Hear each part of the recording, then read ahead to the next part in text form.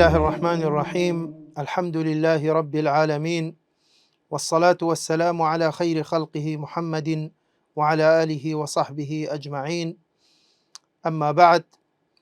بەڕێزان خۆشەویستان، بەردەوامین لە شیکردنەوە و شەرحکردنی فەرمودەکانی ئەربعین نەوەویە کە گەیشتە بووینە فەرمودەی 35، ئەویش فەرمودەیەکی صحیحە کە ئیمامی مسلم ڕیوایەتەکە، فرمودي أبو هريرة رزمد خوال السربي إمام النووي تفرميت عن أبي هريرة رضي الله عنه قال: قال رسول الله صلى الله عليه وسلم: لا تحاسدوا ولا تناجشوا ولا تباغضوا ولا تدابروا ولا يبع بعضكم على بيع بعض وكونوا عباد الله إخوانا، المسلم أخو المسلم لا يظلمه ولا يخذله ولا يكذبه ولا يحقره، التقوى هاهنا، ويشير إلى صدره 3 مرات، بحسب امرئ من الشر أن يحقر أخاه المسلم، كل المسلم على المسلم حرام، دمه وماله وعرضه. بەڵێ بەڕێزان، ئەمەش وەکو فەرمودەکانی پێشتر یەکێکە لەو فەرمودانەی کە بەڕاستی زۆر زۆر گەورە و گرنگە کە دە ئامۆژگاری پێغەمبەری تێدا درودی خوای لەسەربی بڵێن دە ئامۆژگاری زۆر بەپێز، زۆر گرنگ بە بایەخ. ئەم ئامۆژگاریانە بەڕاستی ئەگە بێت و ئینسانی ئیماندار لە ژیانی خۆیدا جێبەجێ بکە، بەڕاستی دەبیتە هۆی ئەوەی کە دەیان بەلکولانەیە سەدان گیر و گرفت و کێشە و مشکیلە چارەسەرە بی، بە تایبەتی ئەوەی کە لە نێوان تاکەکاندایە و بە تایبەتی تر ئەوەی کە لە نێوان ئیمانداران و مسلماناندایە. بۆیە ئەم فەرمودەیە بەڕێزان باسی ئەوەمان بوو دەکە کە ئینسانی ئیماندار، ئینسانی مسلمان دەبی لەگەل دەوروبەری خۆی بگونجێ، دەبی مامەڵەیەکی ڕاست و دروست و تەندروست لەگەل دەوروبەری خۆی بکە، هەڵسوکەوتی جوان و ڕێک بنوێنی بەرامبەر بە تایبەتی ئیمانداران و مسلمانان و برایەکانی خۆی. بۆیە بەڕێزان، ئەم فەرمودەیە ئەوەمان فێرەکە کە ئینسانی ئیماندار دەبی خۆپەرست نەبی، دەبی تەنیا خۆویست و تەنیا لۆخۆی نەبی، دەبی تەنیا لۆخۆی نەژی. یعنی ئەم فەرمودەیە بەڕێزان ئەوەمان فێرەکە کە ئینسانی ئیماندار، ئینسانی مسلمان دەبی دائیمەن لە خەمی دەوروبەر و لە خەمی خەلک و بە تایبەتی ئەوانەی کە ئیماندارن، کە مسلمانن، تەنانەت با مەسەلەن ئەو کەسە ئینسان نەشی ناسی یان برادەر و ناسیاری نەبی یان خزم و کەسی نەبی، بەڵام بە شێوازێکی گشتی ئینسان دەبی لە هەمی خەلک دابی، دەبی خەمی خەلکی لەلای بی، دەبی هەوڵ بدە بڵێن قەزای حاجەی خەلک بکە، دەبی هاوکار و یارمەتیدەری خەلک بی، دەبی دڵی پاک و خاوین و ساف بی بەرامبەر خەلک و بە تایبەتی بەرامبەر ئیمانداران و بەرامبەر مسلمانان. بۆیە بەڕێزان لە سەرەتای فەرمودەکە پێغەمبەری خوا درودی خوای لەسەربی باسی کومەڵە دەردی دەرونی، نەخۆشی دەرونیمان بوو دەکە کە ئەمانە بەڕاستی نەخۆشی دڵن، کە ئەم نەخۆشیانە هەر کاتێک چوو ناو دڵی هەر کەسێک بەڕاستی کاریگەریەکی زۆر خراپی دەبی بەسەر ئەم کەسە، بەسەر هەڵسوکەوتی، بەسەر قسەکانی، بەسەر مامەڵەکردنی لەگەل بەرامبەر ئەو نەخۆشیانە بەڕاستی نەخۆشی کوشندەن. ئەو نەخۆشیانە وا لێ دەکە کە کەسێکی ئەنانی دەربچی، کەسێک بی تەنیا لۆ خۆی بژی، تەنیا خۆی بڵێن خۆپەرست و خۆویست بی، تەنیا بەرژەوەندی خۆی لە دوو بەرژەوەندی خۆی دەگەڕێ، بەڵام ئەو حەقی نییە بەسەر خەڵک چۆن بی چۆن نەبی چ دەکە چ ناکە، باش بی خراپ بی، ئەو عیلاقەی بە خەڵکەوە نییە. ئەو تەنیا دەیەوێت خۆی بژی، دەیەوێت هەرچی خۆشی و بەختەوەری و هۆکارەکانی بەختەوەری و هۆکارەکانی خۆشگوزەرانی و خۆشبەختی دەیەوێت ئەو بەدەست بهێنی، با لە سەحسابی نەخۆشیەکانی خەڵکی تربی، با لە سەحسابی بڵێن خۆشیەکانی بڵێن خەڵکی تربی، ئەو تەنیا لۆ خۆی دەژی. بۆیە بەڕێزان ئەم جۆرە نەخۆشیانە کە بڵێن نەخۆشی دەرونین یان نەخۆشی دڵن، ئینسانی موسڵمان دەبی دڵی پاک بی، دەبی دڵی خاوین بی، دەبی دڵی ساف بی، دەبی بەرامبەر بە تایبەتی موسڵمانان ئیمانداران ئەو دووربی لەو شتانە، بەلکو بە پێچەوانەوە صیفەتی خۆشەویستی، محەبەت، صیفەتی مەوەدە، صیفەتی ئەوەی کە یعنی ئازار بچێشی بۆ ئازارەکانی خەڵک کە خۆی پێی خۆش نەبی کاتی کە خەلکانێک دەکەونە زایقەت و دەکەونە نەخۆشی و یان موسیبەت و فیتنە و بەڵا دەکەونە سەر خەلکانی تر، دەبی کاریگەری لەسەر ئەویش بکە، دەبی هەممی خەلکی لەلای بی لە ناو دڵی بی. بۆیە ئەمەیە صیفەتی ئینسانی ئیمانداری ڕاستەقینە و ئینسانی موسڵمان.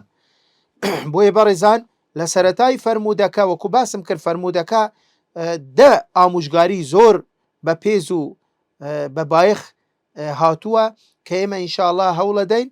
بە پێی ئەم کاتەی لە بەردەممانە یەک بەیەک لەو ئامۆژگاریانە بڵێن چەند قسەیەک و چەند سەرنجێک وە چەند بڵێن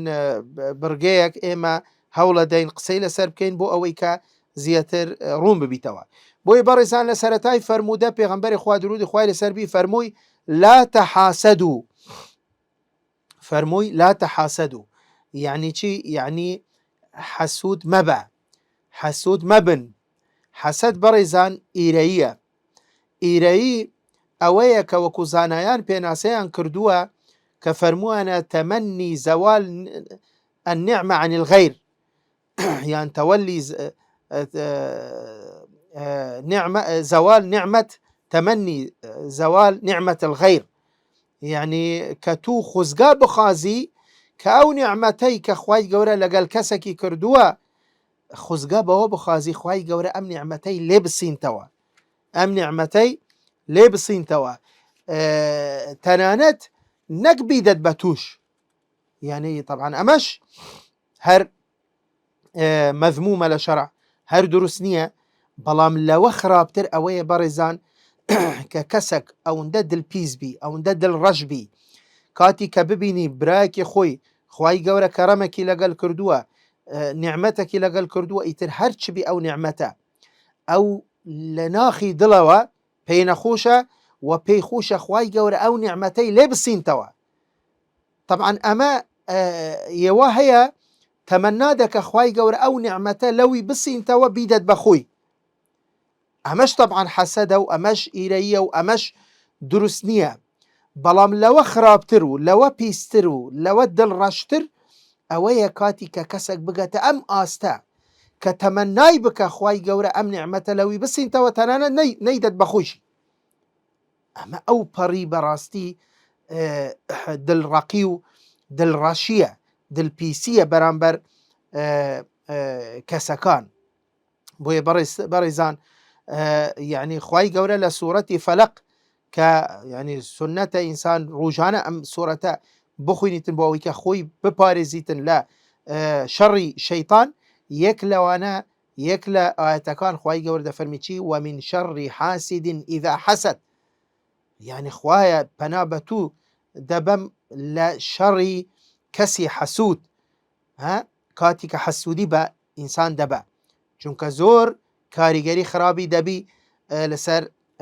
کەسەکە. و هەر لەبەر ئەوە بەڕێزان حسودی بەڕاستی وەکو پێغەمبەر درود خوای لەسەر لە فەرمودەیەکی صحیح کە ئەبوو داود ڕیوایەتەکە کە دەفەرمێت حەسوودی کردەوە چاکەکانی ئینسانی ئیماندار ئینسانی موسڵمان پوچەڵ دەکەتەوە یان دەیستێنیت وەک ئەوەی کە چون ئاگر داری دەستێنی کە دەفەرمێت یەأکل الحەسەنات کەما تأکل النار الحطب، یعنی چۆن تو ئاگر بڵێن دارەکە دەستێنی کە دارێک بینی ئاگری پێوە بکەی دارەکە دەستێ، ها بەو شێوازە حەسوودی وا دەکە هەرچی کاری چاک و باش و خێر و پاداشتی ئینسان هەیە هەمووی لە ناو دەچی هەمووی پوچەڵ دەبی. لەبەرەوە بەڕێزان خوای گەورە کە ئینسانی دروست کردووە بە تایبەتی یعنی حەسوودی لە نیعمەتەکانی دنیا و لە ڕزق و ڕوزی. خوای گەورە کە ئینسانی دروست کردووە ڕزقی هەموو کەسی داوە، هەرێک بە پێی ئەندازەیەک بە پێی ئاستەک ڕزقی خۆی نووسراوە، هیچ تۆ لە ناو زیکی دایکی بووە کە ڕزقی ئەو کەسە نووسرایتەوە. بۆیە خوای گەورە دەفەرمێت نحن قەسەمنا بەینەهم مەعیشەتەهم، یعنی قسمەتەکە کۆتایی پێ هاتووە، دیاری کراوە، دابەش کراوە. بۆیە پێویست ناکە کەسێک حەسوودی بە کەسێکی تر ببە وڵا ئەو لە من چاکترە، ئەو لە من دەوڵەمەندترە، ئەو سەروەت و سامانی زیاترە، ئەو خوای گەورە ڕزق و ڕۆزی زۆری دایتێ، یان ئەو سەحەت و سەلامەتی بڵێن لاشەی هەیە من نیمە. ئەمە ئەبتیلاءە. ئینسان لە دنیا دەبی بزانی خوای گەورە هەر بەندەیەک هەر عەبدێک بە شێوازێک تاقی دەکەتەوە. ئەو کەسەی کە خوای گەورە مالی پێدەبەخشی دنیای دەرگای دنیای بۆی دەکەتەوە، ئەمە جۆرە ئەبتیلاءەکە. چێ دەڵێ ئەگە بێت و ئەمە لەگەڵ تو بکە تو لەو ئەبتیلا لەو تاقیکردنەوە ڕزگارت دەبی، ناجح دەبی، سەرکەوتوو دەبی. بۆیە خوای گەورە شکری خوا بکە لەوانەیە خوای گەورە ڕەحمی بە توی بردووە، دەزانی تو لەو ئاستەدانی ئەگە بێت و خوای گەورە ئەوها ڕزق و ڕوزی ئەوها پێت ببەخشی بەو شێوازە، لەوانەیە نەتوانی لەسەر ڕێی ڕاست لا ببیتە هۆی ئەوەی کە لە دنیاش ڕوڕەش و شەرمزاری خوا ببی و لە قیامەتیش تووشی دووزەخ ببی. بۆیە بەڕێزان ئیرەیی یعنی نەخۆشیەکی زۆر کوشندەیە، بەڕاستی عملی ئینسان باتڵەکەتن و کردەوەکانی پۆچەڵ دەکە. بەڵام وەکو گوتمان خوای گەورە کە دەفەرمێت ئەمن قسمەتی هەموو کەسم دیاری کردووە، ئیتریەوە هەیە تاقی دەکەتەوە بە فەقیری، یەوە هەش هەیە تاقی دەکەتەوە بەچی بە دەوڵەمەندی. هەردووی تاقیکردنەوەیە. دەبی ئینسان ئەو مسلمان ئەو کەسەیە ئیمان ئەو ئیمانەیە کە خۆی خۆڕاگربی کە بتوانیتن لە هەردوو تاقیکردنەوە چ لە تاقیکردنەوەی فەقیری و هەژاری بڵێن سابر بیت، سەبر ئارام بچێشی و کوفری نەکە، جاحد نەبی و بەردەوام عیبادەت و بەنداتی خوای گەورە بکە و بزانی کە خوای گەورە خێر و ئەجر و پاداشتێکی زۆری دایناوە بۆ ئەو کەسانەی کە سابرن کە ئارام دەگرن، و لە هەمان کات ئەگە بێت و تاقی بکەتەوە بە دەوڵەمەندی ئەو جاش دیسان ئەو دەبی خوبایی نەبی، دەبی مەغرور نەبی، دەبی خوای لەبیر نەکە، دەبی دنیا وای لێ نەکە کە قیامەتی لەبیر بچی، دەبی ئەو پارەیە چۆن بە ڕێی حەلال پێیای کردووە لە ڕێی چاکە و بە سەدەقە و بە بەخشین و بە هاوکاری خەڵک صرف بکە بۆ ئەوەی کە فعلەن لە تاقیکردنەوەکە دەربچی و سەلامەت بی. بۆی بەڕێزان ئیرەیی حەسادەت صیفەتی شەیتانە، صیفەتی ئیبلیسە. بزانە خوای گەورە کاتی کە فەرمانەکە بە مەلائیکەتەکان دوای کە ئادەم دروستەکە کە فەرمانەکە بە مەلائیکەتەکان و لەگەلیشیان شەیتان کە سوجدە ببن بۆ ئادەم، سوجدەی تەکریم و ڕێزلێنان. طبعاً هەموو مەلائیکەتەکان سوجدە دەبن، بەڵام ئیبلیس کە پاشگەزە بیتەوە کە سوجدە نابە. لەبەرچی خوای گەورە لەسەر زمانی شەیتان خوا دەفەرمی چی؟ شەیتان دەڵێ ئەنە خەیڕ منه خەلەقتەنی من نار وخەلەقتەه من طین. ئەمە حەسادەتە بەڕێزە، ئەمە ئیرەییە. ئەمە شەیتان ها حسادەتەکە وای لێ کرد کە سوجدە نەبەت بۆ ئادەم عليه السلام. یعنی گوتی خوایە من لەو چاکترم، تو لە ئاگر ئەمنت دروست کردووە، ئەو لە قورت دروست کردووە، من ئەولاترم، من چاکترم، من پێشترم، من مفەزەلترم.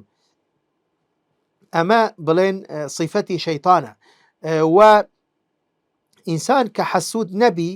یعنی صیفەتی ئەهلی بەهەشتە. یعنی ئینسان ئەهلی بەهەشت دوورە لە صیفەتی حەسادەت لە ڕۆژی قیامەت، نەک بەس حەسادەت بەلکو هەرچی نەخۆشی دەردی دەرونی و نەخۆشی دڵ هەیە کە لە دنیا ئینسان لە کبر و لە عجب و لە غڕور و لە حەسادەتی و لە هەموو ئەو نەخۆشیانە لە ڕۆژی قیامەت پاک دەبیتەوە، خاوین دەبیتەوە، صاف دەبیتەوە. لە بەهەشت خوای گەورە دەفەرمی چی؟ وَنَزَعْنَا مَا فِي صُدُورِهِمْ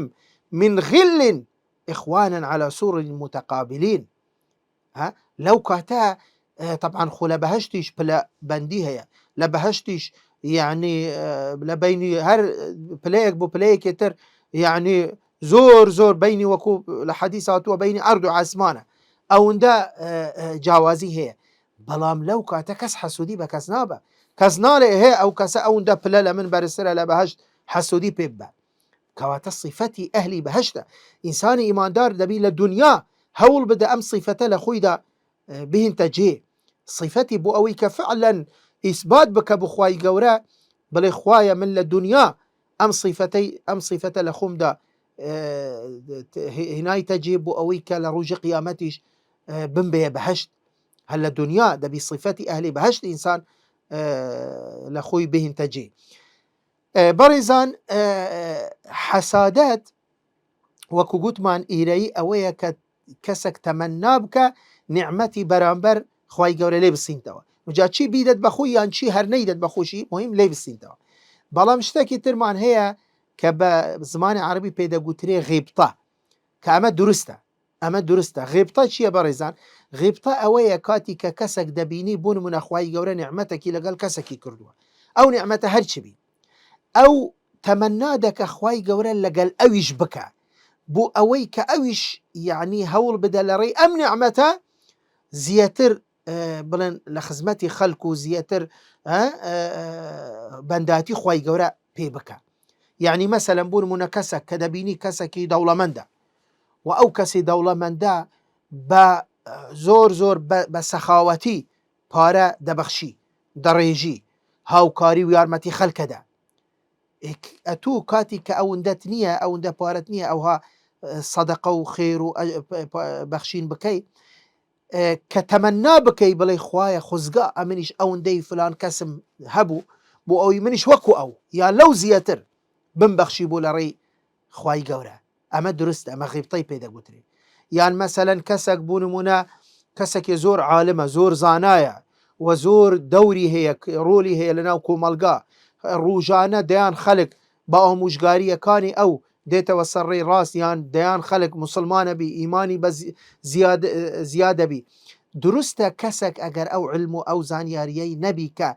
تەمەنا بکە خۆزگە بەوە بخوازی کە ئەویش ئەوەندە علمەی هەبی بۆ ئەوەی ئەویش وەکو ئەو لە پێناو خوای گەورە خزمەت بکە. ئەمە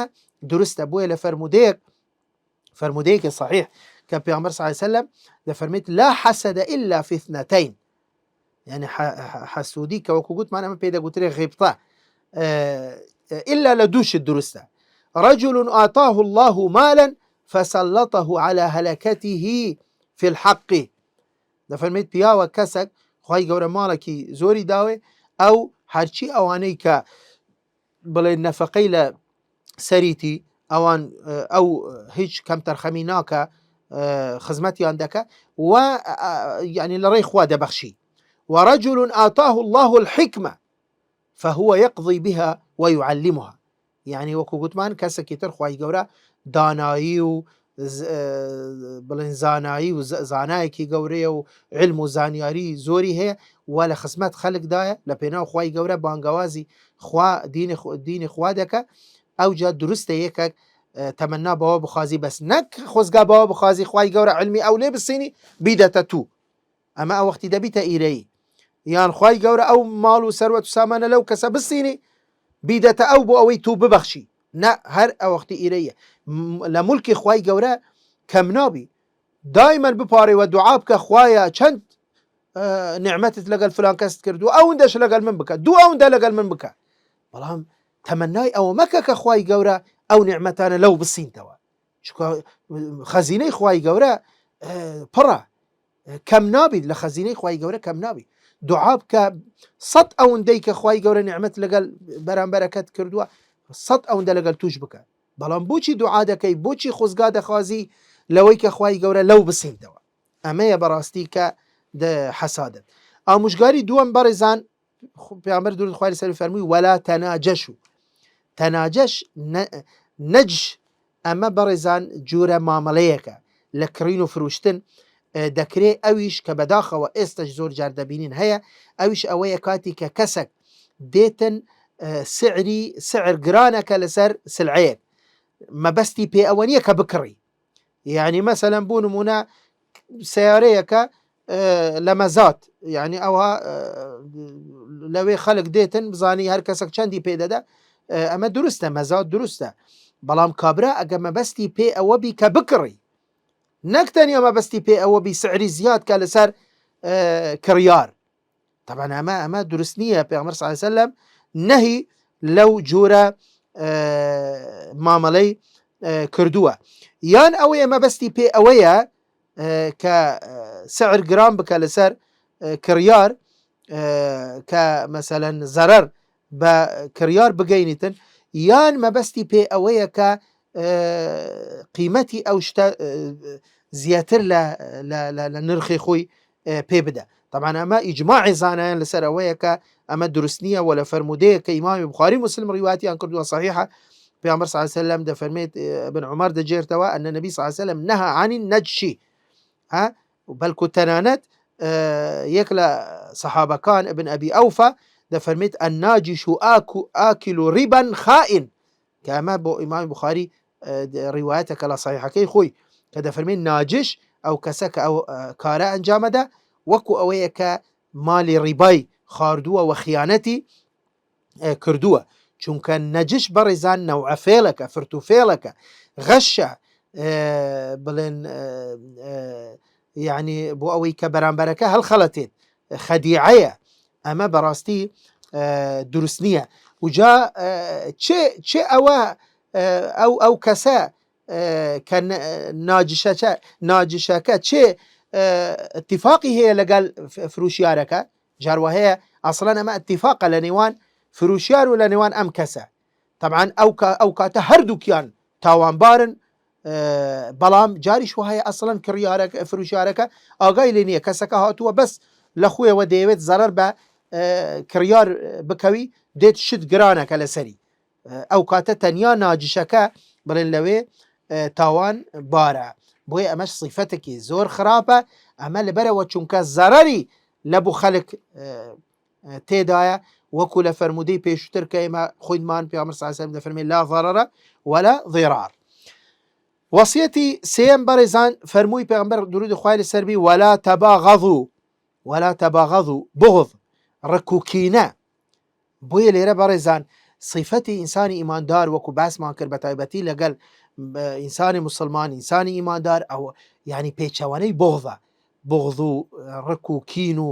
کەرب و ئەوانە نابی لە ناو دڵی ئینسان جێی هەبی بەرامبەر بڵێن برای مسلمان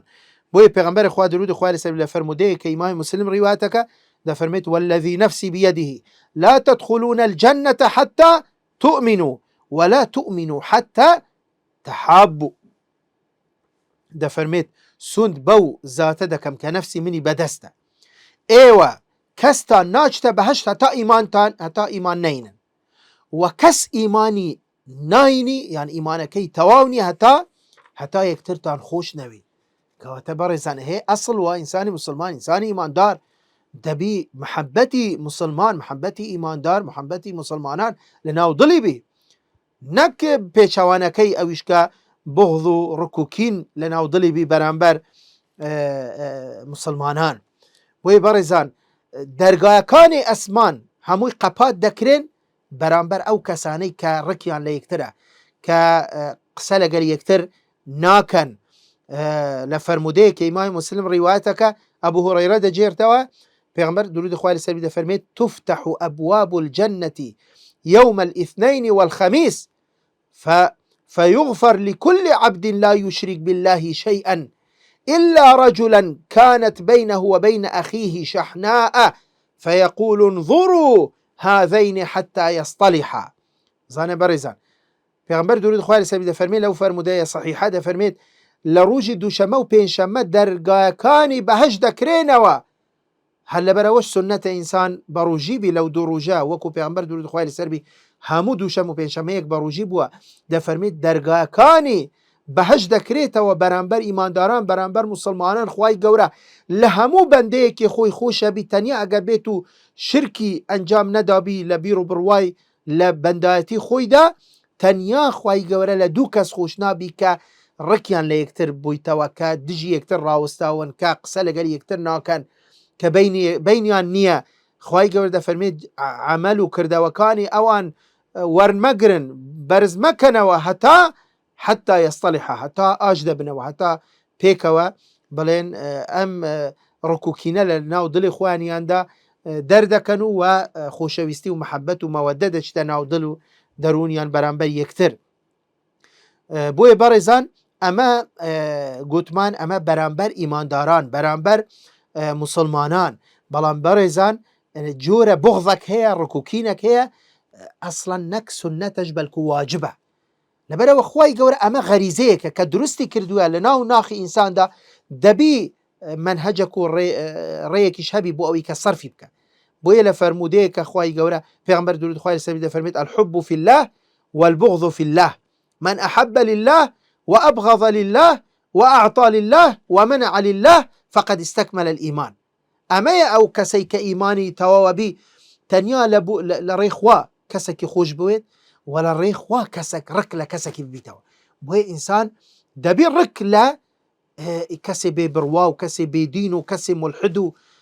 کەسی غەیرە مسلمان ئینسان ئەمە واجبە ئینسان دەبی ڕک لەوان ببیتەوە. طبعا معناوە ئەوە نییە کە ئینسان ڕک لەوانە ببیتەوە یعنی ئینسان نەچیت ئامۆژگاریان بکەن نەچیت بانگاواز نەخێر ئینسان دەبی لەلایەکەوە پێی خۆش بی هەوڵ بدا هەموو هەوڵی خۆی بدا کە ئەو کەسە ئیمان بهینی بۆ ئەوەی کە ئەویش ڕزگاری ببی لە دووزەخ و لە عەزابی خوای گەورە لە ڕۆژی قیامەت. بەڵام هەندی ئەو لە سەرڕێی باتڵە هەندی لە بڵێن عەبدی شەیتانە ئینسان دەبی ڕکی لەبیتەوە تەنانەت ئەو کەسێک حتا ئەگە مسلمانیش بی بەڵام چەند دووری منهەجی ڕاستی ئیسلامە کابرایەکێ فاسقە کابرایەکێ بێدینە بەناو مسلمانە ئینسان نابیت ئەو کەسانەی خۆش بوێت دەبی ئینسان ڕک لەوانە و لە کردەوەکانی ئەوان ببیتەوە لە هەمان کاتدا ئینسان هەوڵ بدە ئەوان بڵێن لەو گومڕاییە ڕزگار ببن و لەو فسق و فجور و لەو گونەح و تاوانە ڕزگار ببن یان لەو کوفرە لەو شرکە ڕزگار ببن بۆ ئەوەی کە ئەوانیش مسلمان ببن. وصیەتی چوارەم بەڕێزان فەرمووی لا تدابروا تدابر بەڕێزان ئەوەیە کاتی کە کەسێک پشت لە کەسێکی ترەکە یعنی تەقاتع لە یەکتر دوورکەوتنەوە لە یەکتر ئەمەیە تەدابر ئینسان پشتکردن لە یەکتر ئەمە خوای گەورە ئەم ئیسلامەی کە ناردووە ئینسانی مسلمان وەکو باسم کرد لە سەرەتا کە دەبی هەممی بەرامبەری هەبی دەبی لە خزمەتی خەڵک دابی دەبی تەنیا لۆ خۆی نەژی لۆ خەڵکیش بژی کەواتە دەبی سیلی ڕەحم جێبەجێ بکە دەبی هاوکاری و یارمەتی دەری خەڵکان و دەوروبەر و برادەر و خزم و کەس و ناسیار و مسلمانان بی. بۆیە تەدابر ئەوەیە مهاجرە کاتی کە من دوور دەکەمەوە قسە لەگەڵ خەڵک ناکەم پشت لە خەڵک دەکەم مقاتعەیان دەکەم سیلی ڕەحم جێبەجێ ناکەم هاوکاریان ناکەم بەس لۆ خۆم دەژیم لۆ کەس ناژیم ئەمەش بەڕاستی یەکێکە لەو دەردانەی کە بڵێن تووشی هەندێک دڵ دەبی کە بەڕاستی وا دەکە کە ئەم دڵە ڕەش ببی و بڵێن کردەوەکانی پوچەڵ ببی. بەڵێ لە فەرمودەیە کە لە صحیحین داهاتووە ئیمامی بوخاری مسلم ڕیوایەتەکەن پێغەمبەری خوا درود خوای لەسەر بێ دەفەرمێت فەرمودەی ئەبوو ئەیوبی ئەنساریە دەفەرمێت لا يحل لمسلم أن يهجر أخاه المسلم فوق 3 ليال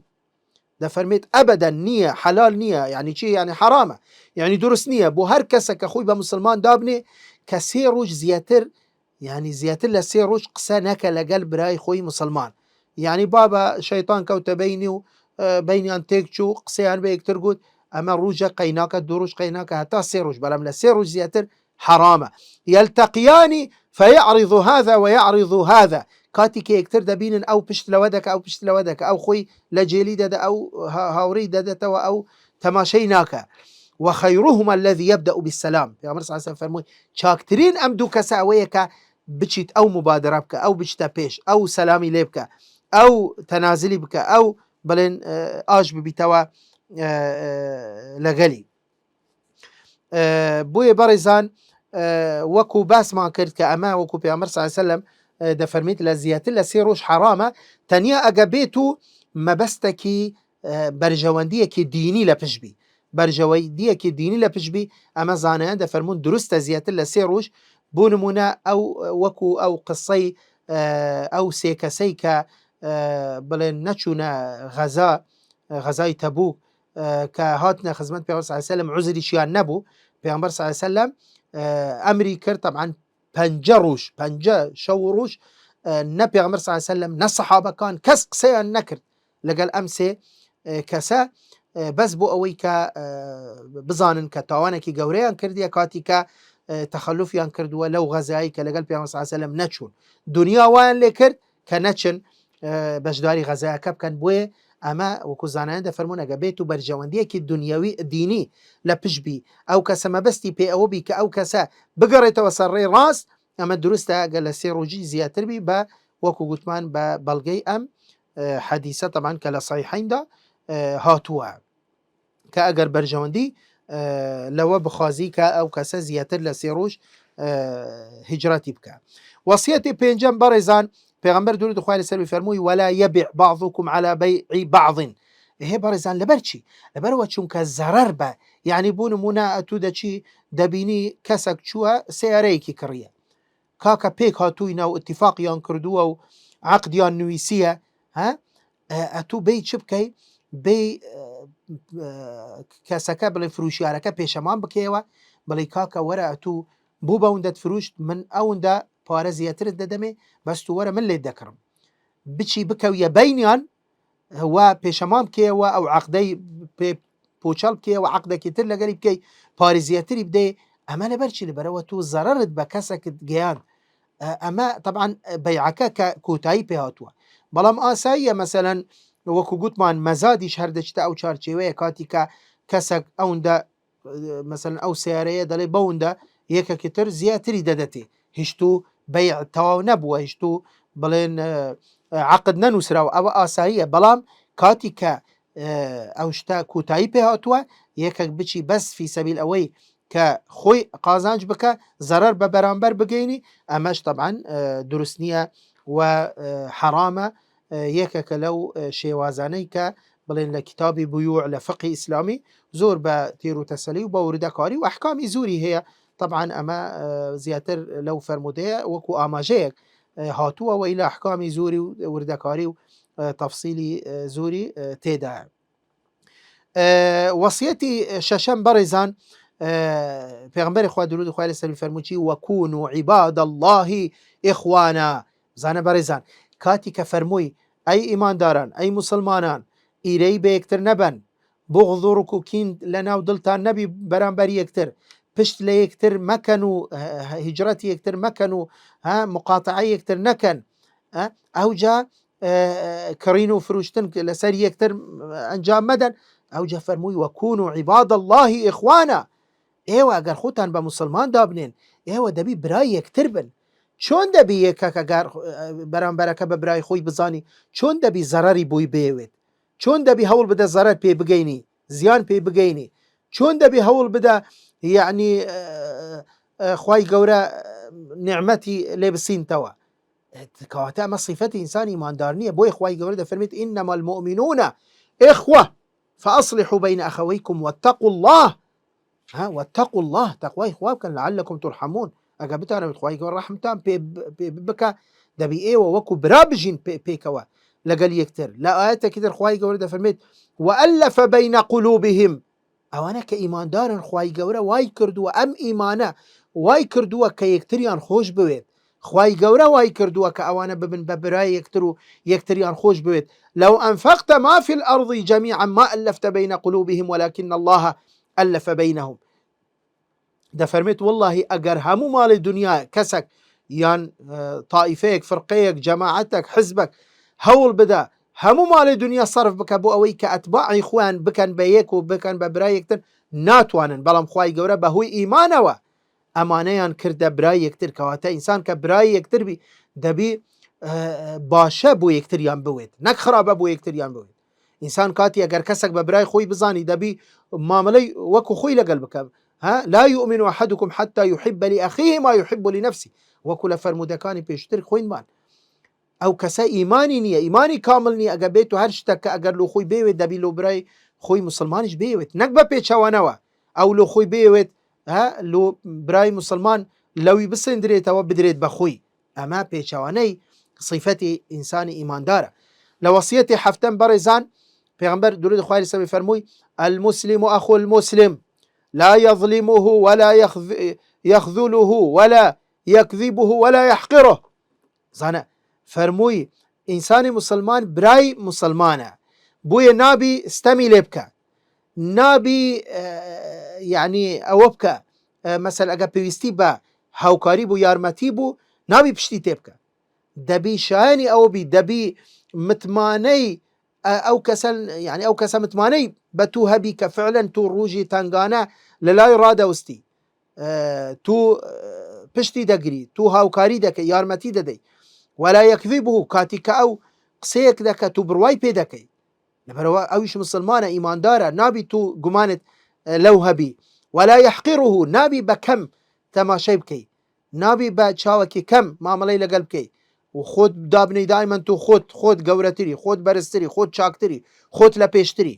ئینسانی مسلمان ئەصیفاتی ئینسانی مسلمان ئەوها نییە. بۆیە لە فەرمودەیە کە ئیمامی ئەحمەد ڕیوایەتەکە و بڵێن زانانی تریش وەکو ئەبوو داوود و ئیمامی بوخاری لە تاریخ الکەبیر ڕیوایەتەکە فەرمودەیەکە صحیحە پێغەمبەر درود خوای لەسەر دەفەرمێت ما من امرئ مسلم يخذل امرئا مسلما في موضع تنتهك فيه حرمته وينتقص فيه من عرضه إلا خذله الله في موطن يحب فيه نصرته. سبحان الله. دەفەرمێت هەر کەسێک هەر مسلمانێک هەر ئیماندارێک کاتی کە برایەکی خۆی مسلمانە ئیماندارە کاتی کە حرمەتەکەی کەرامەتەکەی لەوێ کەرامەتەکەی دەشکێت بەرامبەر کەسێک یان هەستی بریندارە بی کەسایەتیەکەی لە کەدار دەکرێ بۆ نمونە پێویستی بە هاوکاریە، پێویستی بە پشتگیریە، پێویستی بە یارمەتیە، کاتی یان مەسەلەن قسە بە ناموسی دەگوترێ پێویستی بەوەیە کە کەسێک دیفاعی لێ بکە و ئەگە بێت و ئەو مسلمانە ئەو ئیماندارە پشتی تێ بکە بە واجب و بە ئەرکی خۆی هەرنەستی ئللا خوای گەورەش ڕووژی قیامەت پشتی تێ دەکە. خوای گەورەش ڕووژی قیامەت کە ئەو پێویستی بەوەیە یان هەر لە دنیاش کە لەوانەیە ڕوژێک ئەو دەکەویتە ئەو تنگانە ئەو دەکەویتە ئەو نەخۆشیە خوای گەورە بەهانای نایە. چۆن ئەو بەهانای برای خۆی مسلمان نەچوو، چۆن نەچوو بەرگری لێ بکە، دیفاعی لێ بکە، نەسرەتی بکە، سەری بێخی پشتی بگری، چۆن ئەو پشتی تێکرد بە ئیشی خۆی نەزانی خوای گەورەش هەر لە دنیا لەوانەیە سبەینە ئەو دەکەویتە نەخۆشیێکی ئەوها مووقفێکی ئەوها بەلکو لەوانەیە خراپتر بی خوای گەورە پشتی تێدەکە کەس نییە ئەو کاتە بێتن هاوکاری بکە یارمەتی بدە. بەڵام ئەو ئەگەر بە ئەرکی خۆی هەستا لەو کاتێک کە ئەوش دەکەویتە ئەو مووقفە خوای گەورە لەبیر ناکە کەسێک دەنێری کە هاوکاری بکە و پشتی بگری و بڵێن یارمەتی بدە. لەبەرەوە ئەویش بەو شێوازە هەڵس و کەوتی ئەنجام داوە. وەسیەتی هەشتم بەڕێزان فەرمووی التەقوا هاهونا. پێغەمبەر صلی الله علیه وسلم فەرمووی تەقوا دینداری ئیمان هاهونا و ئەشارە ئیلا صەدری دەستی درێژ کرد بۆ سینگی مبارەکی یعنی کە مەبەستی پێ ئەوەیە تەقوا لە ناو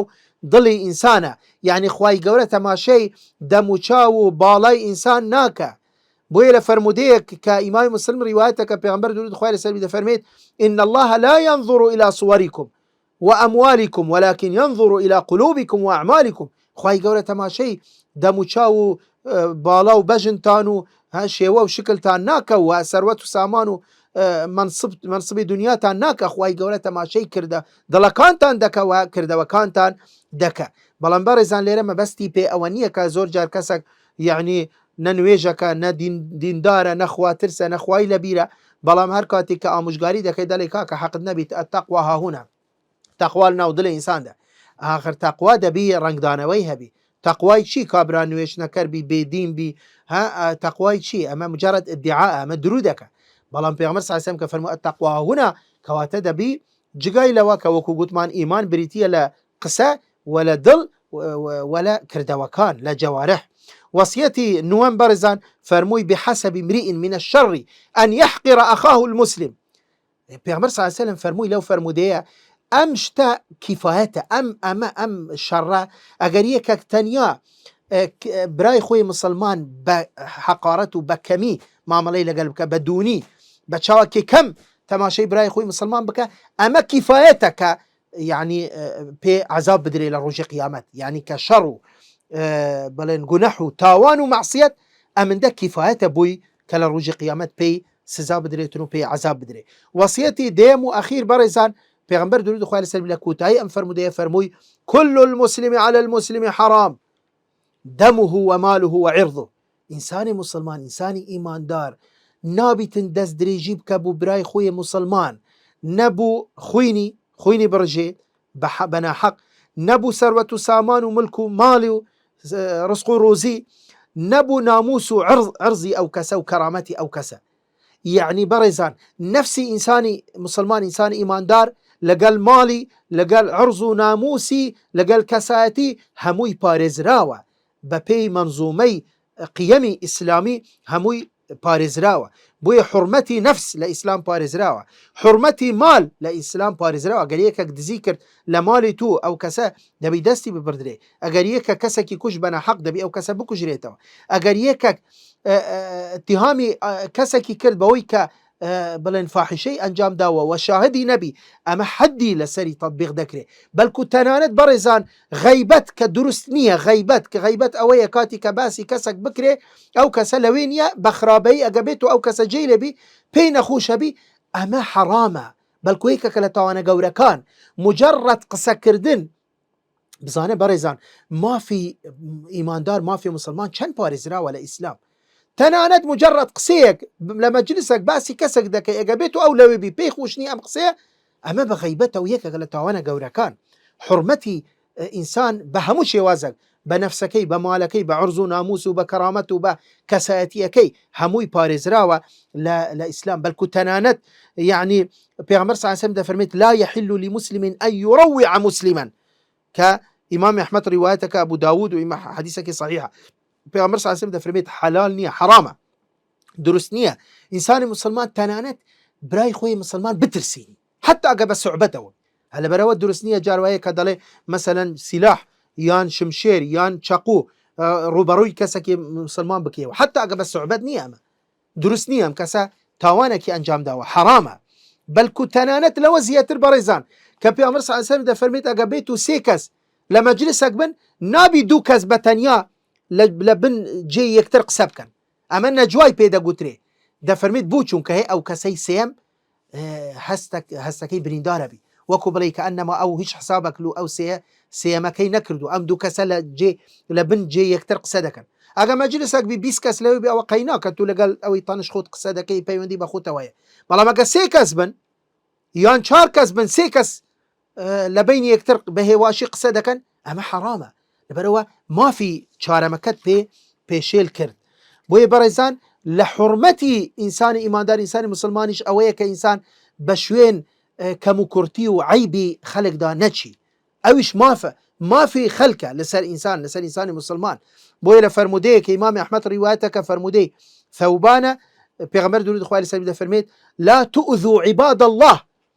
ازيتي بندكان خواه قورا ندن ولا تعيروهم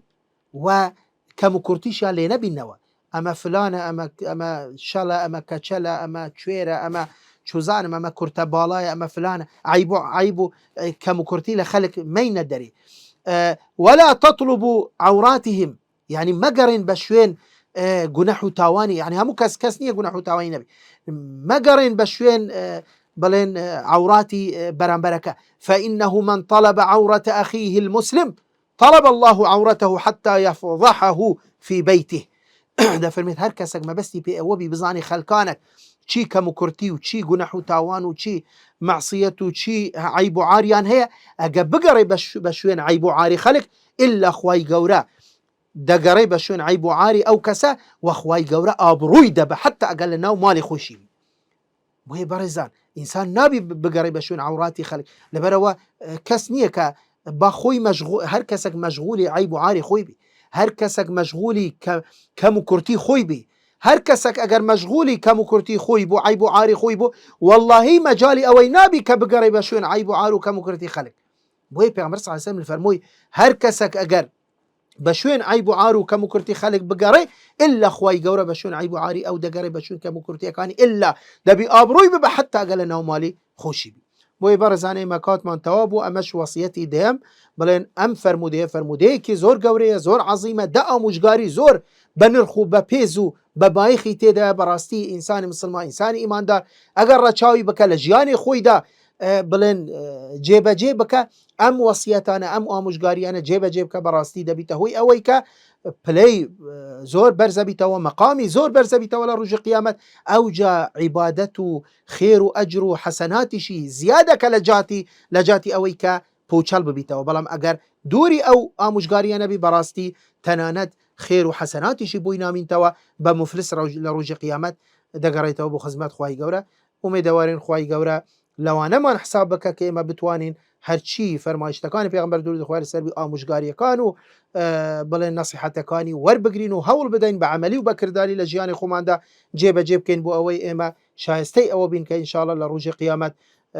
بە دیداری خوای گەورە و پێغەمبەری خوا درود و خوای لەسەر بی شاد ببین و مستحقی ئەوە بین کە خوا لەمە ڕازی بیتن و